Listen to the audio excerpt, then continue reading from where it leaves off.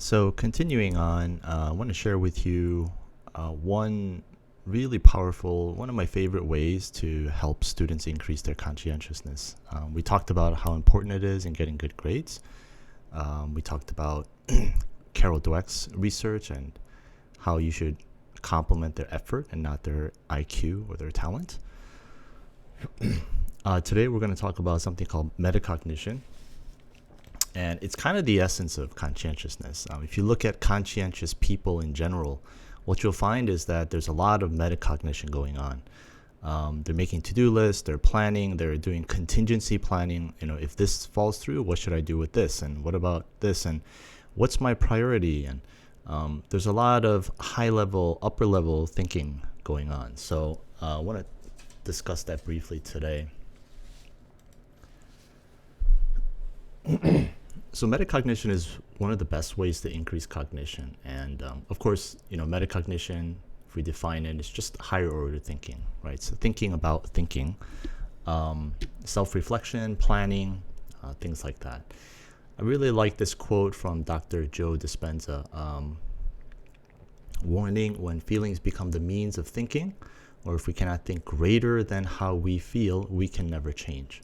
To change is to think greater than how we feel. To change is to act greater than the familiar feelings of the memorized self, right? So to rise above your patterns of your current and existing habitual patterns of thinking or feeling, and to think with your upper level reasoning, that's the essence of metacognition.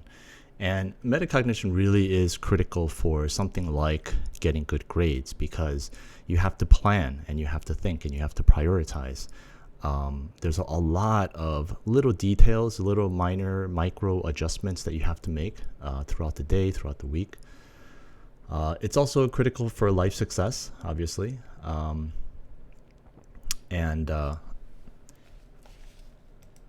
So when we talk about metacognition in terms of grades, here are the things that we mean specifically for elementary school students, say 4 or 5, 6th grade, 7th grade, 8th grade, those types of students. What we want to see is, the ability to identify what they're confused about. So if you find say you're 5th grade student and he's doing his homework and you see him confused, that is a perfect time to start helping him develop his metacognition. You should just stop, put your arm around him, say, "So you look like you're confused. Are you confused?" Confused? Yeah, I guess I'm confused. What is it that you're confused about? Let's break that down and let's figure it out, right? Just stopping them in that moment and having them reflect on the fact that they are confused, that they're in a state of confusion, and to slow down, to stop, and to analyze, figure out what they're confused about. What is the problem here? What am I not understanding? That's the essence of metacognition, right? Changes in their understanding. So you used to think all animals are dangerous. Now what do you know for sure? You know that all animals are not dangerous. Why is that? Okay, so once you go through an exercise like that, it's great to kind of go back to it and say, hey, remember we were talking about how you used to think animals are dangerous, but now you don't know. Why did you change your thinking about that? Oh, because I read this book. Right, exactly. You read a book about it that gave you this knowledge, and then it changed your understanding and your perspective and your view about animals, right? Journaling is by far one of the probably the one thing that I always have students do, other than to-do lists and scheduling. Journaling is such a powerful thing because you can literally do it in 30 seconds. It could be the smallest thing. It could be a big thing. You can cover so much ground with it. As long as you're doing it consistently, it's an amazing, fun, wonderful tool to help improve metacognition. We're going to talk about that a little bit more in a bit. Rappers are great. Write down 3 key ideas from a lecture or reading passage, right? Very simple to do. If they're in the 4th, 5th grade, maybe they'll only come up with 2. That's fine. Help them with the 3rd one, but just get them in the habit of doing that. Writing simple essays, right? Just real simple structure. It could literally be like 8 sentences, right? 2 sentences in the introduction, 4 sentences in the body, and 2 sentences in the conclusion. Reflexive thinking, so thinking about your own biases and prejudices. Let's say they had the family over, cousins came over, they got into a big argument, and helping them work through that, figuring out, well, what were you biased about towards your cousin Sue? You know, she said something to you, but she didn't mean it that way, but you took it the wrong way. Why did you take it the wrong way? It's because you think that she's mean all the time, but she's actually not mean all the time. Helping them work through that type of thing is really good. For advanced junior high students to high school students, you know, we want to help develop students see different types of learning styles. And we want them to start adopting new learning styles that they're not comfortable with, per se. Okay, some students are very visual; they have to see the words. They're not very good audio-wise, and so that's something you may want to work on. Planning events, great. Why we always encourage a lot of extracurricular activities, because this is where a lot of this stuff happens. So planning, it could be something small. Just, you know, we're gonna have a meeting for your human rights club this week. What are you guys going to talk about? You know, you have 20 minutes to do it. You know, make a schedule for it. Gathering, organizing materials, contingency thinking that's involved in doing that. Reordering your study space, trying to figure out what is ideal for you. Monitoring mistakes, evaluating task success, and evaluating the success of any learning strategy and adjusting. These are kind of higher level metacognition techniques. Let's talk about the keeping a journal. So I think all kids, I think everyone should have a journal at some point. Sometimes you do it a lot, sometimes you do it a little, but you should always have, you should be journaling. You should be writing things down, reflecting, contemplating. And for students, it's critical because this is where a lot of the development happens. And metacognition journaling is a little bit different. It's a little more specific, but there's a lot of different ways to do it. And if you can get your student to do it on a regular basis, regular meeting, it could be Monday, Wednesday, Friday. It could be every day. It could be Sunday nights, getting ready for the week. It could be Friday afternoon, as soon as you get back home from school, reflect on the week, figure out what you're going to do over the weekend, and then you can, rest and relax.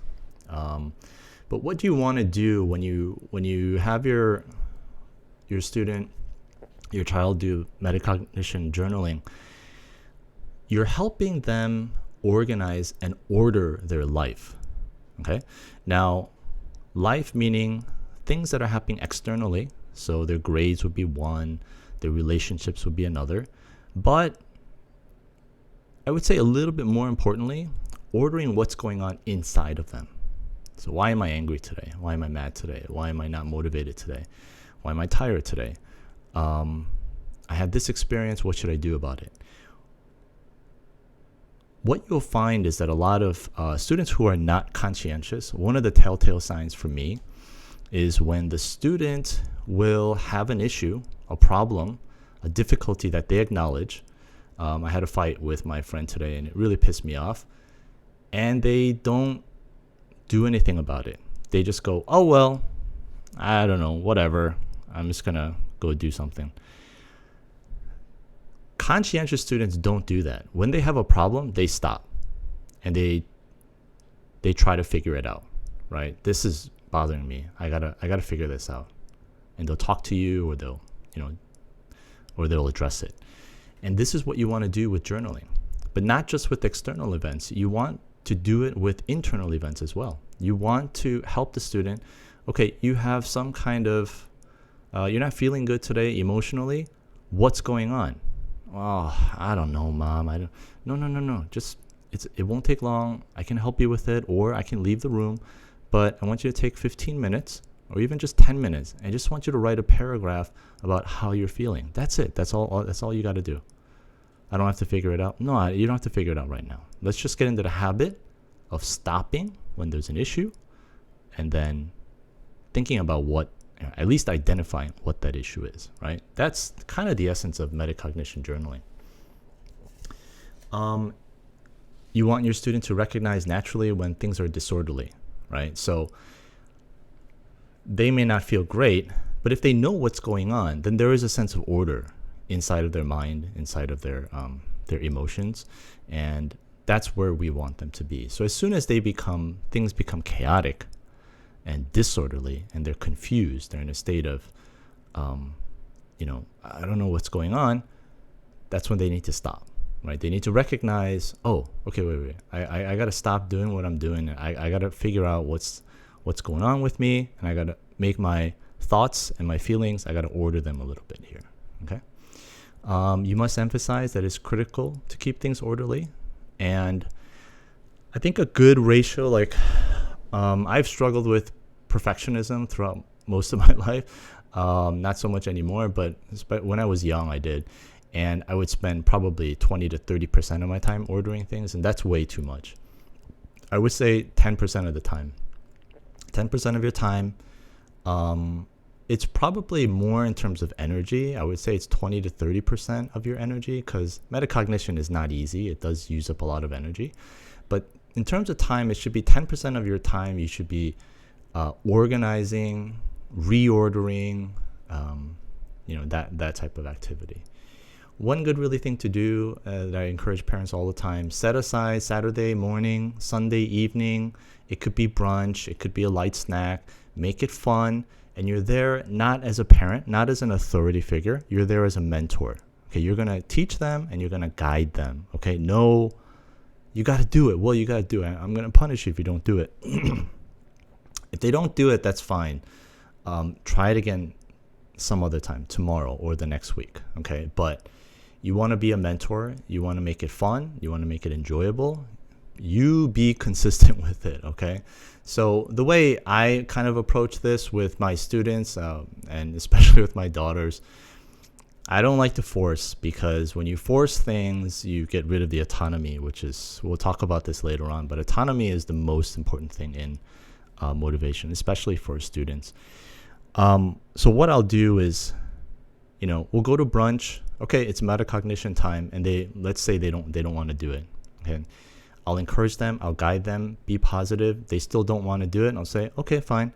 We'll just try it again. Let's try it again on Wednesday. No, I don't want to. Well, we're going to try it again on Wednesday. And then Wednesday, we'll try it again.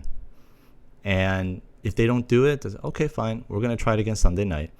And I'll just keep being persistent, but I'll be consistent about it. That's how I like to influence, is by me being consistent and modeling that behavior. It's a very positive kind of influence.